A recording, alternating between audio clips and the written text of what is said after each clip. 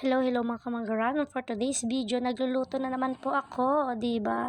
Dito lang po natuto sa Simirara kung paano po magluto ng magic, o 'di ba? Hindi ko na alam kung anong pangalan nito, basta naluluto lang 'yan at nakakain, okay na 'yan, o 'di ba? O lagyan na natin ng asin, yung malayo sa dagat, o 'di ba?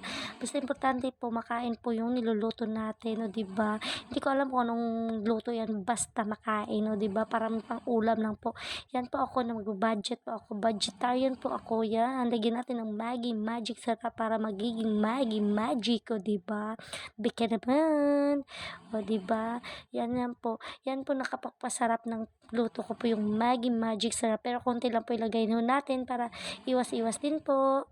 O yan na po. At saka lagyan na natin yung siya ng water para yung sabaw. O diba? O diba? O diba? O yan, lagyan na natin siya ng sabaw at saka a few moments later, maluluto na po yung ating gulay. O diba? Thank you for watching!